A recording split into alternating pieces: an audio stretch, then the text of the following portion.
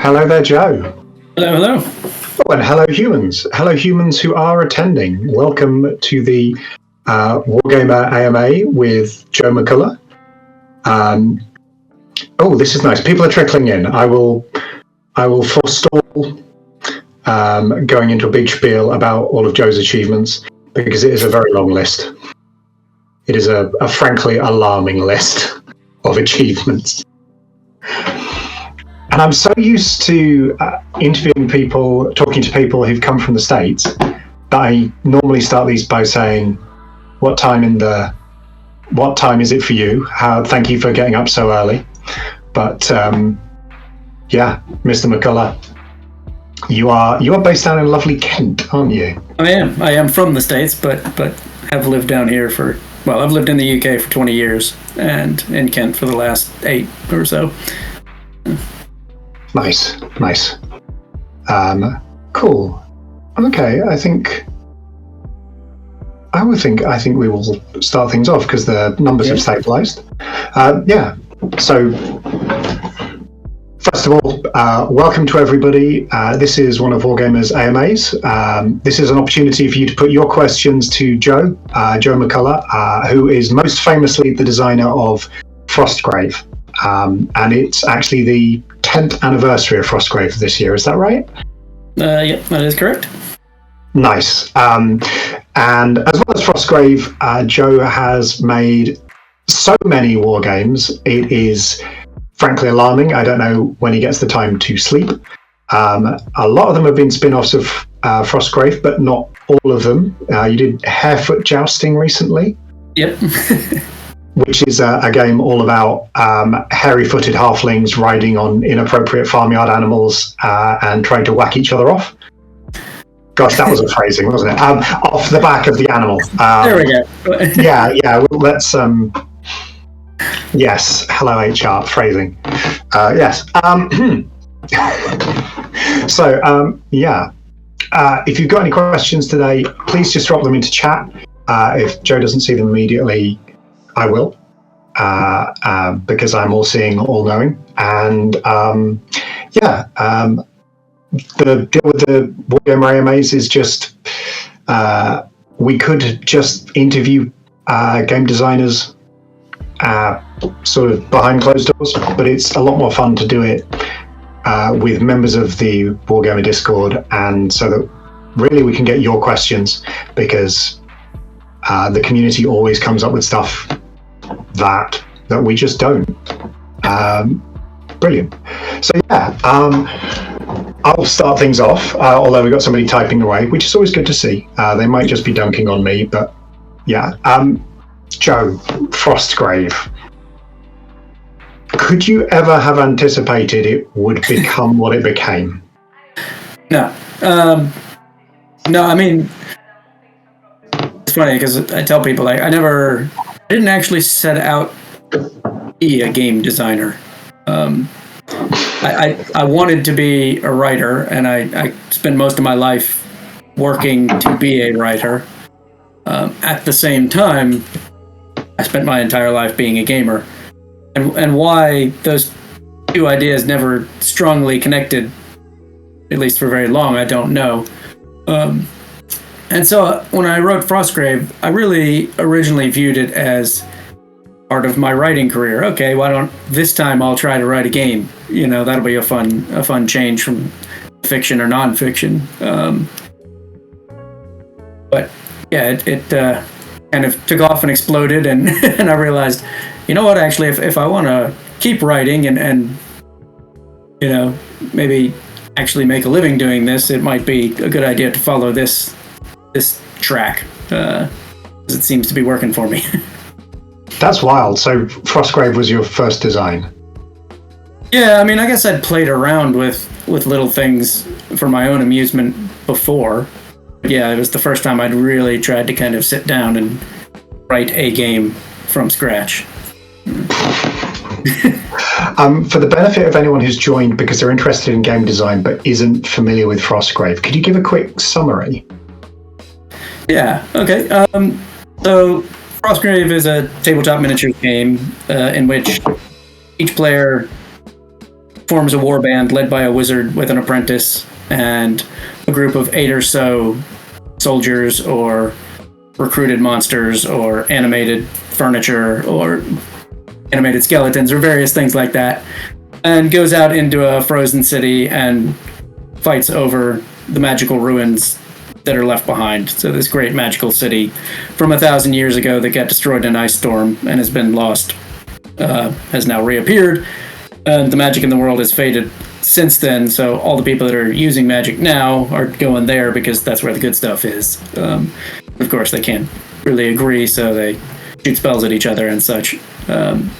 So it's a tabletop war game in the very traditional sense of pushing around miniatures and fighting and stuff. I guess one of the big differences, especially from games at the time, was it wasn't necessarily about defeating your opponent's force. You're both there to get treasure, and that creates conflict. But if you can figure out ways of getting that treasure without directly fighting them for it, through the use of magic generally, that's a perfectly good strategy for the game as well. We've got a really good question here. There's 2 questions in already. Yep. I think one of them sort of comes in naturally, so I'm going to do this one first. And this is from Scout Cypher, Scout Cypher I know is a game designer. He's working on Oil and Iron at the moment. So the question is, the D20 system in Frostgrave and in all the games that have been used the basis of Frostgrave, but in different settings, it's really swingy. Scout Cypher saying, the mechanics on this are awesome and they lead to some exciting storytelling in the game. What inspired it, and weren't you afraid it will be a challenging thing to balance? Well, because it was my first design, I wasn't smart enough to be afraid, because I hadn't tried it before. But I settled on the D20 for 2 reasons. The first was because of its natural connection to Dungeons and Dragons, and I wanted my game to have some of the feel of that. In fact, one of the goals for that game was I was trying to bring a lot of the joy I had as a role player, as a young man, into the hobby that I participated in more now, which is tabletop wargaming, and I kind of wanted to see if I could squish those 2 together in some fashion. And so the D20 was to harken back. Also, mathematically, I just thought the D20 gives me more room to play. I've often, when playing other war games, found the D6 very limiting. Just because you can't come up with enough difference between things. This also became really necessary when I decided I wanted to create a combat system in the game in which both the 2-hit and the damage done were combined into 1 roll. Technically, I guess 2 rolls in that the 2 players are rolling at the same time. They're both rolling a die. But to do that, I needed a greater number of outcomes than smaller-sided dice would provide. And so the D20 worked naturally in that sense, too. And probably the biggest criticism of the game is its swinginess. I don't fully agree with that in some senses of the word. In the combat system, I think it's actually less swingy than people really understand, because it involves more steps than just rolling the die, and there's more numbers involved than just the numbers on the dice. That said, it is certainly swingy and kind of using that D20 to cast spells, and that is absolutely intentional, because for me, playing miniature games is about gathering with friends and telling a story and laughing over that story. And the wild possibilities, as the questioner said, lead into that kind of chaos and that unexpected events happening. And that, to me, leads to more interesting stories, it leads to more laughter, and it just leads to a better experience overall, because even if I'm losing the game, I'm often still having fun because of the fun narrative that's emerging and the kind of ludicrousness of the situation that somehow I've gotten myself into. So I've been playing some of Realm of Chaos recently, the really old one. Yeah. And that sort of high grade chaotic randomness that you can't expect is a really good foundation for that back and forth banter with your friends and improvising stuff on the spot as well. Absolutely.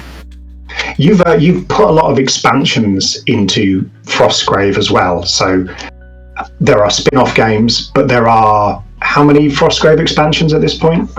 I think 13 or 14. I'm not 100% sure. I will say the one thing I've been very careful to do and made sure I wanted to do is to make sure that none of those are required.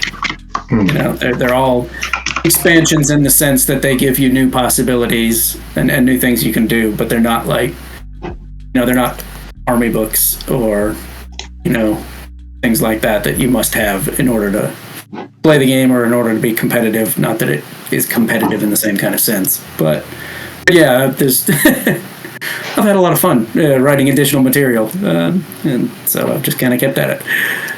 Do you have any particular favorites in there? Yes. So with each one, I kind of ask myself before I sit down, like, what is it that I'm trying to bring to the game that isn't there already? And what's making this expansion different from all the others? Because I never want to just write, here's some scenarios and here's some monsters. You know, there's nothing wrong with that, but to me as a writer, that'll get a bit boring. I need to kind of find a new challenge with each book. I guess one that really sticks in my mind is I wrote one called The Red King, and kind of goal with that one was to see just how far I could push what you can do on a tabletop in terms of. So the idea with that one is that there's this kind of demonic king who's trying to take over Frostgrave in a very literal sense of he's trying to bring his own world on top of Frostgrave. And so it's a campaign where reality is actually bending as you play through the scenarios. And I wanted to see, how can I bend reality on a two-dimensional table that you're playing on? And one of the tools I gave myself was a piece of string. And how many different ways can I use this piece of string laid across a table to, you know, get across this idea that reality is shifting. And in the final kind of scenario in that campaign, you actually have to go to the Red King's realm. And the idea is that the Red King's realm is actually a Mobius strip. So it's actually a one-dimensional or a one-sided kind of structure, but it's infinite, and then it connects at both ends. And how could I represent that on the tabletop? So you've actually got a tabletop where all of your figures are either on the tabletop or they're under the tabletop because you made it different ways to sort of kind of, you know, almost, I guess, like a Stranger Things, the upside down. So that for me was, you know, different people have different feelings about that. For some, it's amazing and, you know, different than everything. For others, it's horrendously convoluted and complicated, and why would you ever do that? But for me as a game designer, it was a lot of fun to push my game design and see if I could do that. So that's one that's been a favorite. That's awesome. So I'll go back to that early question, and it's about a specific set or product, but I think it leads into something, into a wider question. So the question is, the ulterior motives cards, any chance that they'll be reprinted again? And I suppose the thing that comes up from that is, could you talk a bit about the business of... Yeah, absolutely. Yeah, and I mean, and I would actually put ulterior motives as another one that I'm really proud of, and because again, I thought it brought a little something to the ulterior motives. Is just an idea that you've got this deck of cards and you and your opponent each draw one card at the start of the game, and it gives you kind of like a side quest, an ulterior motive for that game. So you're still trying to kind of get the treasure that's the main thrust of the game, but you're also trying to find one specific zombie who ate the magic ring that you need, or you know that there's a pillar in this part of the city that's got something written on it that you want to find. So there's little bits of terrain you have to add to set up. But so it through a very kind of simple one card creates a lot more story and creates a somewhat more realistic setup, in that you're not always just kind of blundering into these other wizards trying to grab the same treasure. You're actually trying to do different things and happen to end up in similar places, and conflict ensues. That is the one that is unfortunately out of print at the moment. And whether it'll come back in print or not, I can't actually say, because it's not up to me at the end of the day. It's up to Osprey. And it's part of an ongoing frustration, not with Osprey, but with the business of games. And that, well, two things. You would think a deck of cards is an incredibly simple thing to create, and it is in some senses, but there's a lot more companies that print books than there are that print cards. So right off, you've got a lot more competition for a book printing job, and thus at cheaper printing prices. The other thing you've got that's peculiar to the UK is that books are non-vatable, while a deck of cards is vatable. So already the cost of the product has gone up by 20% as soon as you put it on the market.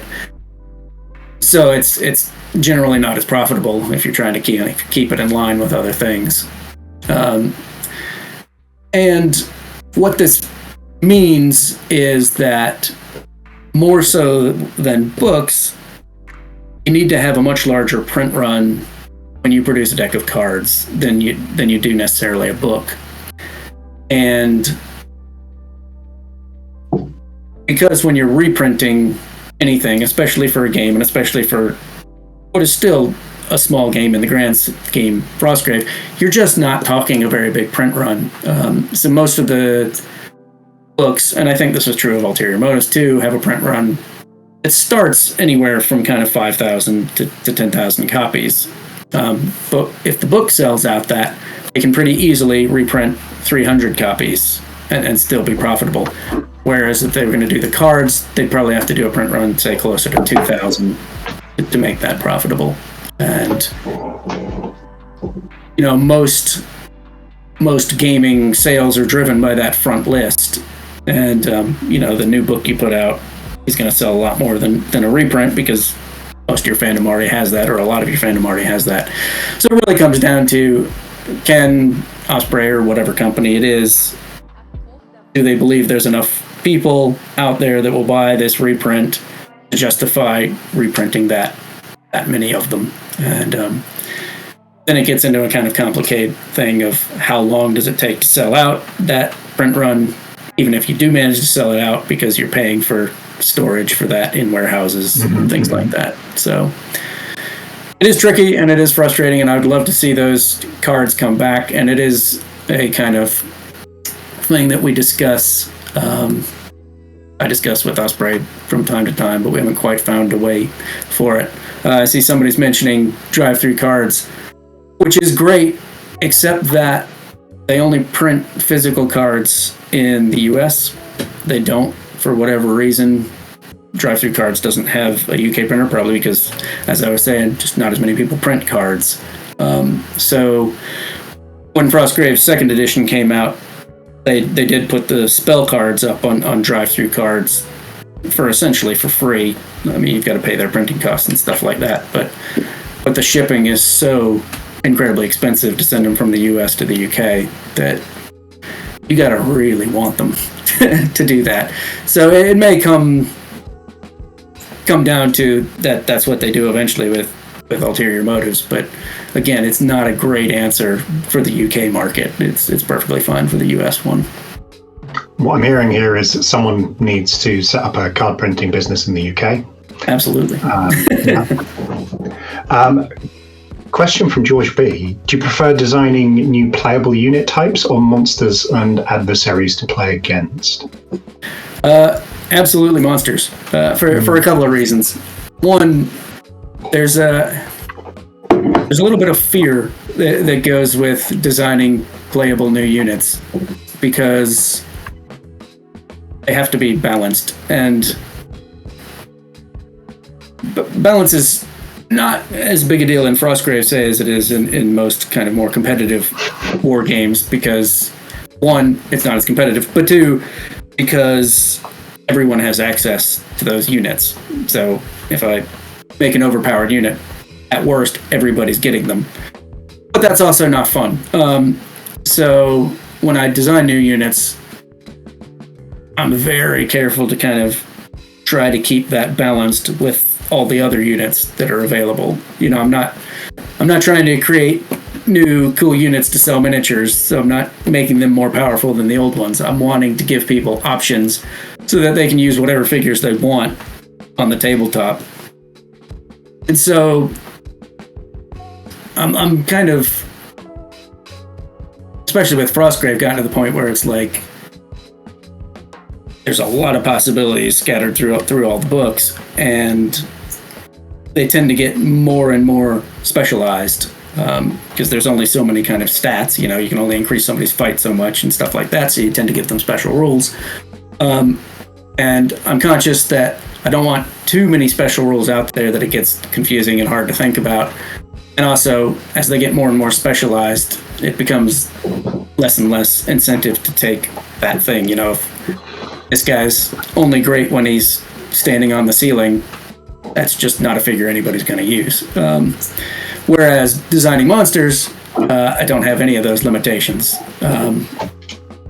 Especially the kind of wandering monsters, because I can kind of plunk that in a table and go, well, there it is. You figure it out. And it's generally equally threatening to both sides. So it's inherently balanced in that sense. It's, it could kill you both.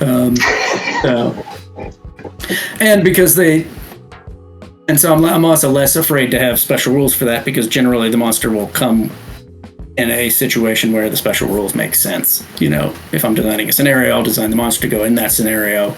And if this monster happens to be amphibious, it's because I've created a scenario where there's lots of water. Mm-hmm. And also, I guess, the way I've designed Frostgrave, all of your wizards and soldiers and stuff tend to be generic in the sense of look. So, like, there are no races in Frostgrave, because I wanted you to be able to play elves or orcs or dwarves or whatever and not have to worry about, oh, this means my guys are slow or stupid or whatever. So they're just kind of generic. It's a swordsman. You make him look like whatever you want. Whereas with the monsters, I can go, well, this guy's got, horns growing out of his ears and, chicken feathers and whatever. So I get a little more kind of creativity in that sense to go wild with it. Do you have like a ridiculously large collection of monster minis at home? It's sizable. I tend to, I paint a lot. I mean, for a while. So I guess when I ended up moving from the US to the UK and kind of left all my gaming friends in the US and didn't find any gaming friends at first in the UK, painting became my hobby and the way I interacted with gaming in general. And so I just painted loads and loads of stuff. And these days I try to kind of keep that pared down. I live in quite a small house with quite a few other people, and there's only so much storage space. And also sometimes I find, actually, I've painted this many, I love it, it looks beautiful. I've now actually gotten most of the joy I'm going to get out of it. I'm going to give it to somebody else, so I end up giving away a lot of miniatures, especially to kids that are getting in the hobby and stuff. But that said, yeah, I mean, to the layman, my miniature collection is probably quite extensive. And obviously, like, I get sent all the Frostgrave ones, so, as though I wasn't buying too many myself already, I'm also occasionally getting shipments of, and here's some free ones too. So it's like, oh gosh, all right.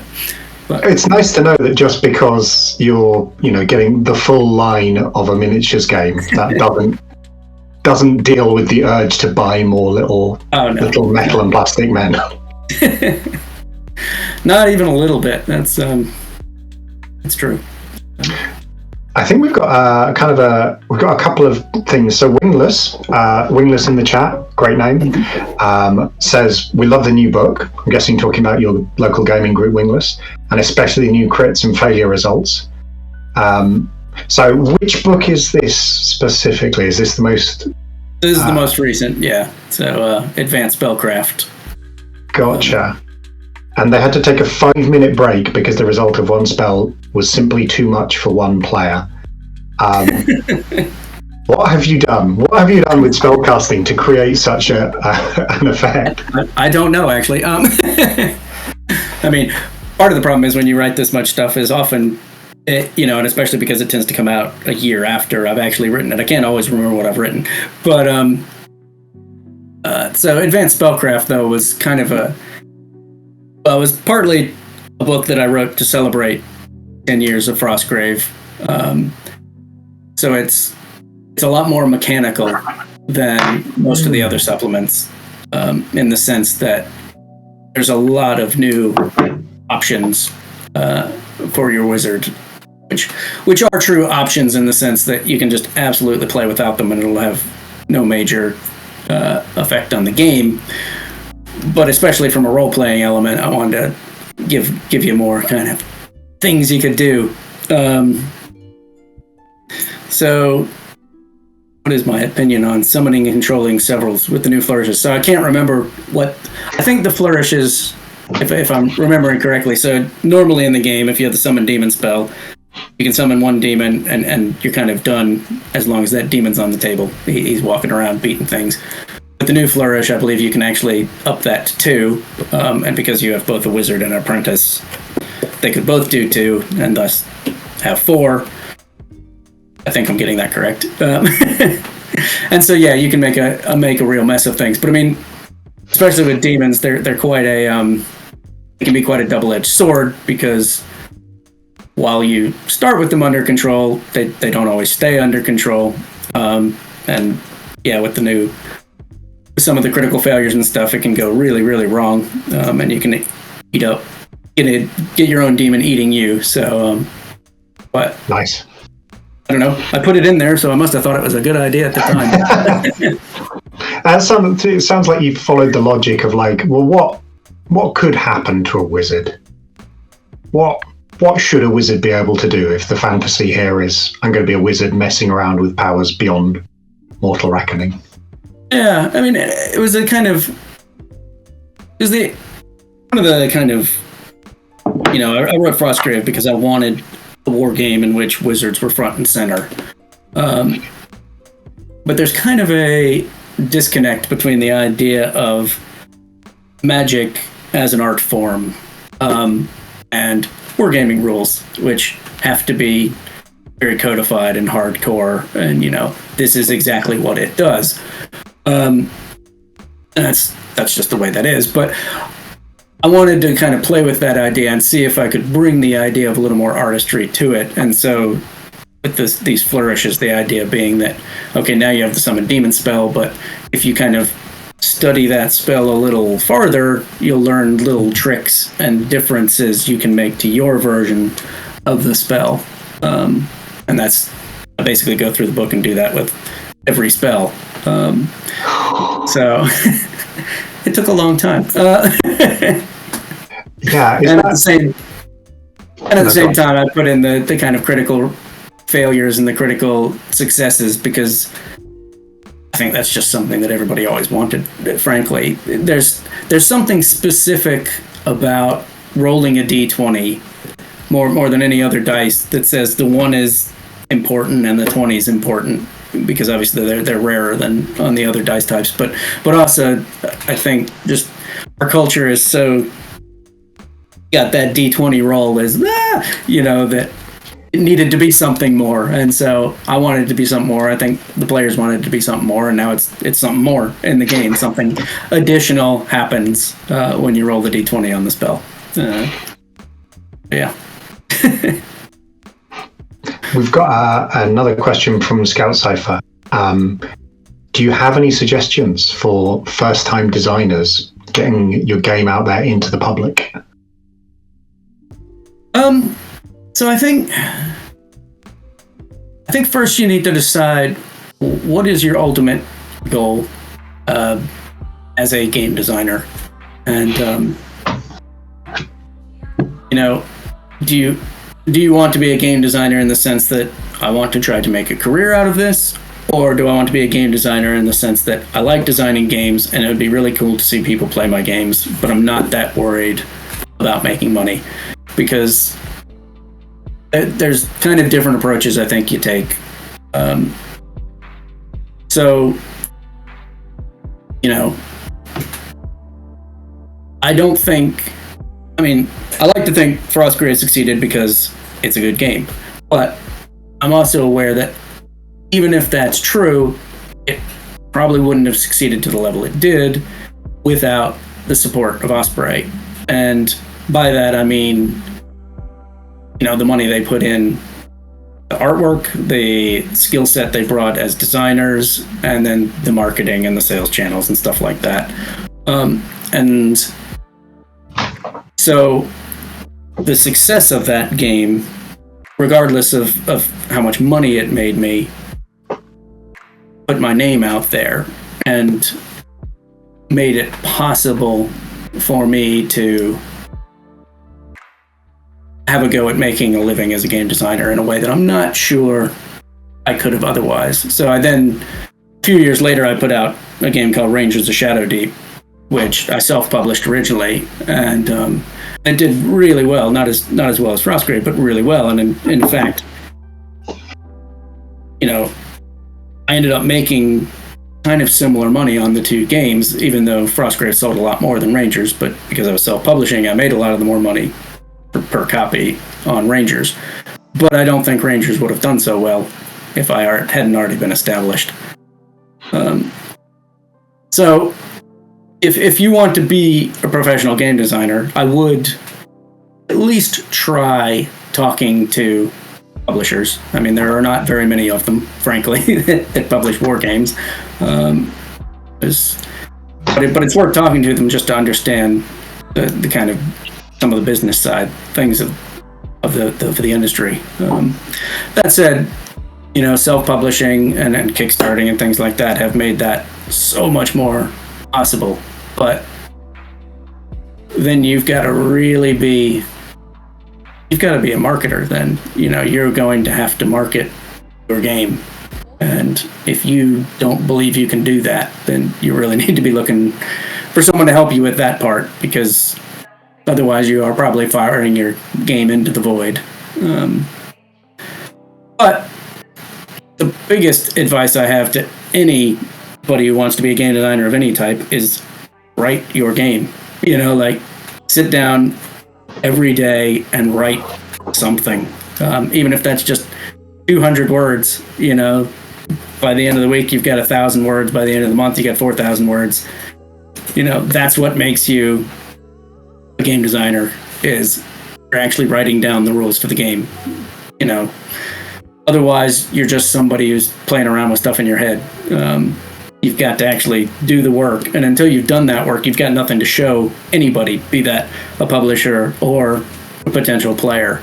So, and it's a skill set, like anything else. And the more you do it, the better you get at it, the easier it becomes, the more you understand it. And, obviously I got really lucky and did really well with my first attempt. I don't think that's a very common thing in most fields. So, design your first game, see what you can do with it, and then start designing your second game, and just keep going. And the more you do, the more chances you're giving yourself, and hopefully the fun you're having while you do it. I mean, that's a huge part of it. Just enjoy the creativity. Something you said in there, when you said about how Kickstarter's changed everything, and it's made me realize Frostgrave now feels like part of the landscape, It's, the go-to miniatures agnostic warband game, and it's a foundation for all these other games as well. But of course, a release in 2015, right? Yeah. Yeah. So that is like quite early into Kickstarter becoming a force. I think the first big Kickstarters were 2012, and it's even before Games Workshop had got their act together. Yes. It was back when Games Workshop still didn't know how to market its products. Which was huge, to be honest. Again, I got lucky. I came out at a time when, the big guy was kind of flailing around, and people were looking for an alternative. So sometimes you just got to be at the right place at the right time. But sorry, go ahead. Yeah, no. What feels like it's changed over this period that Frostgrave's been live and kicking? Everything, like just literally everything. When Frostgrave came out, it felt like wargaming was divided into Games Workshop and maybe a little bit like Asmodee, because I think like X-Wing was out, and I guess Privateer Press was already kind of in decline by then, but the big dog and maybe a couple other ones, and then you had people printing 500 copies of little pamphlets, and so Frostgrave was part of kind of a new movement of this kind of middle ground of really nicely produced war games that weren't coming from the big companies, and thus weren't necessarily designed to drive miniature sales. They weren't designed to do anything other than to be a good game unto themselves.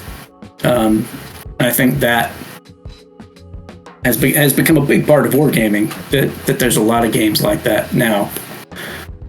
But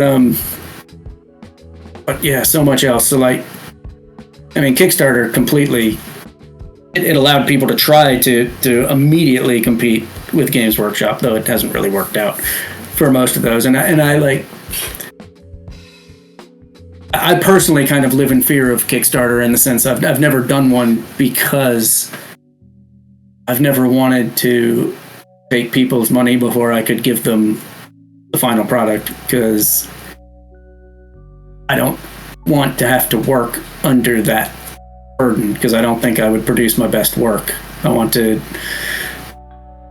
be free while I work to be creative and stuff like that, and hope that people will buy it when I'm done with it. But I think it would kind of crush me creatively to do it that way. And I don't think that's an uncommon thing to happen. I think that's a story that's happened a lot in Kickstarter, actually, that lots of people obviously have put out good Kickstarters and fulfilled all their promises and stuff, but there's also a lot of stories of people that haven't, and I don't think it's because necessarily, well, I don't think in most cases it's because they were crooks or anything. It's just because they didn't understand what they were getting into and what effect that would have on them, knowing they had this obligation. But also, the rise of 3D printing has changed things massively. The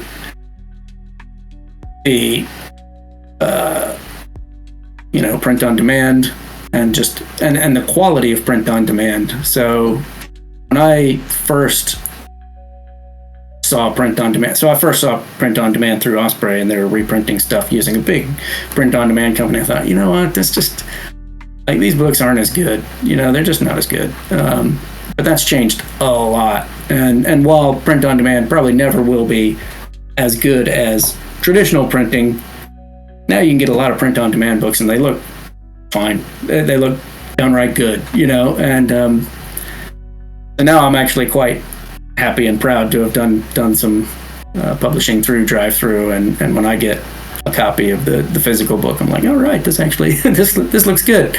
And so that again opens the doors for kind of smaller people, smaller companies to get their product out there, and so that's amazing.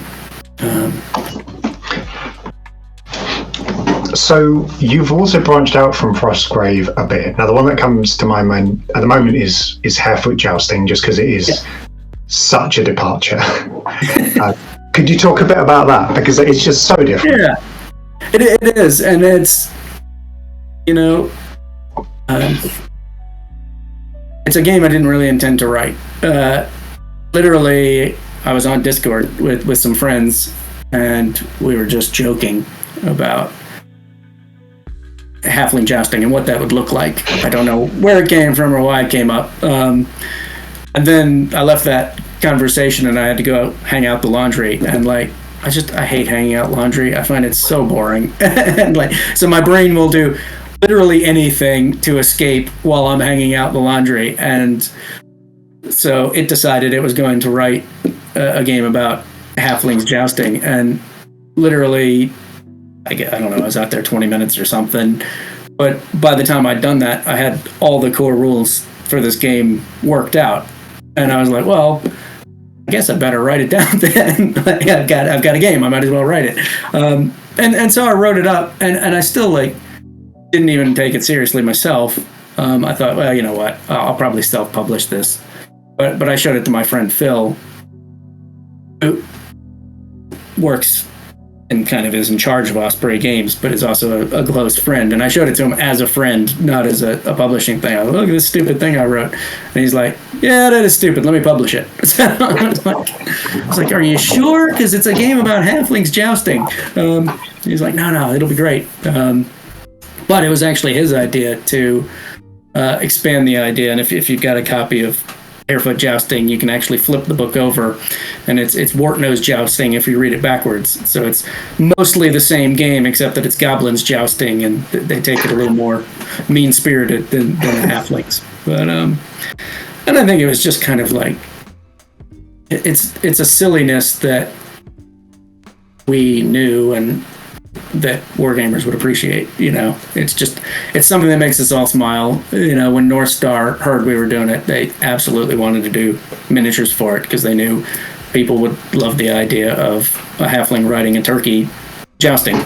So and it's not a game you're supposed to take too seriously, and it's not a game that you're supposed to spend a huge amount of time on, but it's that kind of game you play for relief from other games, a beer and pretzels game, as the Brits tend to term it. But just another excuse to get fun little minis on the table and cause chaos and laugh. So again, it comes back to that. To me, if I'm laughing, I'm having fun. So that's how I'm going to design games, to try to make me laugh. There is also that proud tradition of very silly miniatures. Like Bad Squiddo's friggin' Turkey Man, who keeps showing up everywhere, and the classic Games Workshop Chaos Toilet. Yes. Do you have any It's funny in the sense that so after I'd finished writing Harefoot Jousting, but because there's a year gap between me writing it and it coming out, another company actually kickstarted a game about halfling jousting. So it's like, wow, it's really in the zeitgeist. Their game is completely different from mine, other than they're both about halfling jousting. But so it's just like, well, all right. But actually, I think this is great because that means there's more halfling jousting miniatures. Why wouldn't we want that? So I had not twigged that there were two. There is. I believe it's called Full Tilt. Right, is that TT Combat or Max? It is, yes, TT Combat. That's it. And I think so. They did this huge Kickstarter, and I think now you can buy kind of the basic set. I don't think they've put out all the miniatures they did, but other than kind of reading about it online, I haven't played it, so I don't know. But it looks like it's much more kind of traditional jousting. Two guys line up and ride at each other, where my game is more like a giant free for all in a bowl. So Wingless is asking, is there a good social media forum for people to ask quote all stupid kinds of questions regarding your games, end quote? There's no, as far as I know, there's no dedicated Joe McCullough forum. There are big groups, especially for Frostgrave on Facebook and on Reddit. And really for most of my games, they all have kind of separate groups. And certainly you can ask there, and I think people will be happy. And I tend to flit in and out and between and try to get to all the places where people talk about my games and be a presence and answer questions. But obviously the internet's real big, so I don't see them all, but I try to. But yeah, I mean, the great thing about the communities that have formed around my games is they're just so friendly because they're not hugely competitive games, and they're games that are generally based as much on player creativity as they are the kind of rules. Almost everybody's there just to kind of talk fun and to show off the stuff they're doing and to talk about things they're doing, and talk about, I was going to design this monster or this scenario, what would I do? And so yeah, they tend to be really supportive, which is great because hobby channels aren't always the discourse is not always ideal. No. And also like so I've got a website, kind of a professional one, but it's got an email link, and if people want to ask me questions, that's fine, or I get questions through Facebook as well, and I try to answer everything. Facebook's not the best one because it's very easy to lose messages in its messenger system, but yeah, if you email me, then I try to get back to everybody. But yeah, if you're just looking to hang out and have some fun, the Facebook group's probably the biggest. Reddit's probably easier in that you don't kind of have to sign up for everything to get in there. Cool. Now with Frostgrave, you've just had a nice 10th anniversary edition. And when did it make the move to 2nd edition? Is that about 5 years ago? Yeah, 5 years ago. So yeah, the game had been out 6 years at that point, and 5 or 6 years. And well, I have a lot of thoughts on editions, but in this case, I wanted to do 2nd edition because I had grown so much as a game designer. I understood my own game so much better than I did when I first read it, because as we talked about, it was my first game ever, and I clearly didn't get some things right. They weren't wrong in the sense that they didn't work. They were wrong in the sense that they were pointing the game in a direction that I didn't want him to go. For example, the famous one, I suppose, is in 1st edition, you got experience points for killing the enemy wizard. And I put that in there because when I first wrote the experience points reward, I thought of them as just, here's things you might get points for if they happen. I didn't think, which I should have, was if this is the list of rewards, this is what's going to drive player actions. And thus people went, I get this experience points for killing your wizard, I'm going to go after and try to kill your wizard. But as I said, that's not the point of Frostgrave. You might kill the wizard, but that's because he's annoying you, not because he's worth points, And so there are a lot of things like that where I wanted to just kind of, let's gently move the game in the direction that I want it to be played, in the spirit I want it to be played. And there's lots of little mechanical things and modifiers and stuff like that that I realized, okay, that's too powerful, that's not powerful enough, or this spell is actually just boring, let's get rid of it and replace it with something that's actually more entertaining. So lots of things I wanted to change, and it's funny because now we're 5 years on from 2nd edition, and people do ask me like, well, when's 3rd edition coming? And I generally say when I've come up with enough mistakes or things that I really want to change in 2nd edition that I think 3rd edition is worthwhile. That said, I mean, there is obviously within the industry how things work. New editions can be necessary in order to keep a game alive. Because no matter how many supplements I write, that rulebook is still going to be the main moneymaker of the entire series.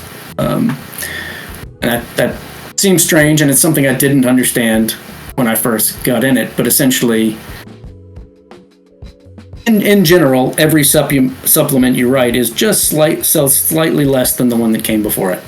Now, there are variations based on exactly what the supplement is and that, but you're still talking about a line that goes slightly down. And generally, the only way to reset that line to a higher height is to do a new edition.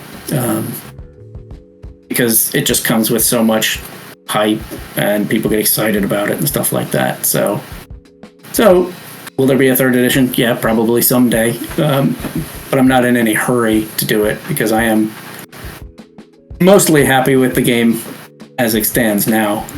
And if I'd rather spend the other thing is, to be honest, writing new editions is really boring. Because it's generally not a creative endeavor. It's an editorial endeavor. Oh, I got this wrong, I need to change it, instead of going, what wild new monsters can I create? So given my choice, I'd much rather create something wholly new than go back and be tweaking things. So that's why I'm still pushing ahead with supplements and stuff like that. Nice. We've got about there's 8 minutes left on the clock. Okay. So anybody in the audience who has a burning question that they haven't put, or indeed a scurrilous, impertinent, or frivolous question, those also are welcome. Because otherwise I'm going to monopolize the time and just ask you dumb stuff. I'm all right with that too. I mean... Oh, there we go. What are you unhappy with in second edition besides Potion of Preservation? The Potion of Preservation's not great. Tell me what's wrong with the Potion of Preservation. The Potion of Preservation, if I'm remembering correctly, it basically, if you've got somebody killed, it kind of keeps them in suspended animation while you find some way to, bring them back to life. And it's one of those things that, makes for good story narrative.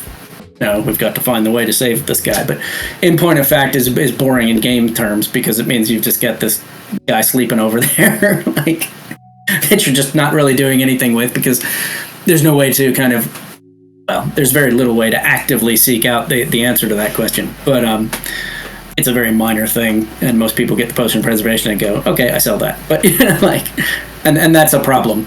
And that's one of the things I went through with first edition is how many of these magic items do people immediately just get and sell because they're boring, and I think I eliminated most of those. As for what else, there are. So the problem with it is I've reached this point where there are things that if I wrote Frostgrave now, I would do differently. There are changes I would make. But to do that would be to make kind of fundamental changes to the game overall. And I don't think it's worth doing that. I don't think it would make the game better enough to especially to invalidate all of the material I've already written. So and this is a fairly minor example, but it's interesting to me as a game designer mechanically. If I were to write Frostgrave now, every figure would have slightly lower armor than it does. And the only reason for that is because it means that more dice rolls in the game would be damaging. It wouldn't even be a huge change, but it would mean 10% or so more dice rolls would cause damage. And thus, more of your outcomes lead to a thing happening instead of nothing happening. And I know in my heart that's better game design. However, if I were to do third edition and all of a sudden every figure in there's got slightly lower armor, it means that all of these books that come before with all the monsters and stuff, you've either got to modify all the armor for them, or you've got to create some rule where if you ever use a monster from those earlier books, you've got to subtract 2 from their armor or something like that. It just becomes really inelegant and kind of ugly, and it's probably not worth it at the end of the day. So there's a few things like that where it's like, okay, I would change that, but it's not worth changing it when everybody's generally happy with the game as it stands. So I can do that. If I write another game, I'll change it and I'll make that better, but leave Frostgrave alone in that sense. It's doing fine. So if we ever get Sandgrave, we can expect it to be. well, yes and no. So like one of the things I also love though that is Frostgrave and Stargrave and Ghost Archipelago all compatible. You can literally pull monsters out of any of them and stick them in the other ones, and I love that because that's what I did as a gamer. I'd be like, yeah, but this is cool over here. I know it doesn't, I'm the guy who played 40K and took all the fantasy monsters and put them in there because why not? And they're, in those days, those rules were compatible. They were the same, stat line, so just chuck them in there, and I want people to be able to do that here. Like, that's a cool Frostgrave monster. Let's put him in Stargrave, So, but if I'm doing something that's wholly different and not connected with that, then I can do it. Nice. Right. We are almost at time. And editor Alex from Wargamer has a question. You've been in the game long enough to have at least secret pet project you'd love to make. Haven't had the bandwidth. What is it? That's a good question, Al. This is like the editor. I would love to. Well, I think I would love to have my own mech game. My own battle tech. But I did play around with it at one point. I wanted to see if I could use the Frostgrave kind of core system to design a battle tech game. And I wrote one scenario with a couple of mechs in it, and I was like, hey, this actually works. And I put it out in one of my little magazines.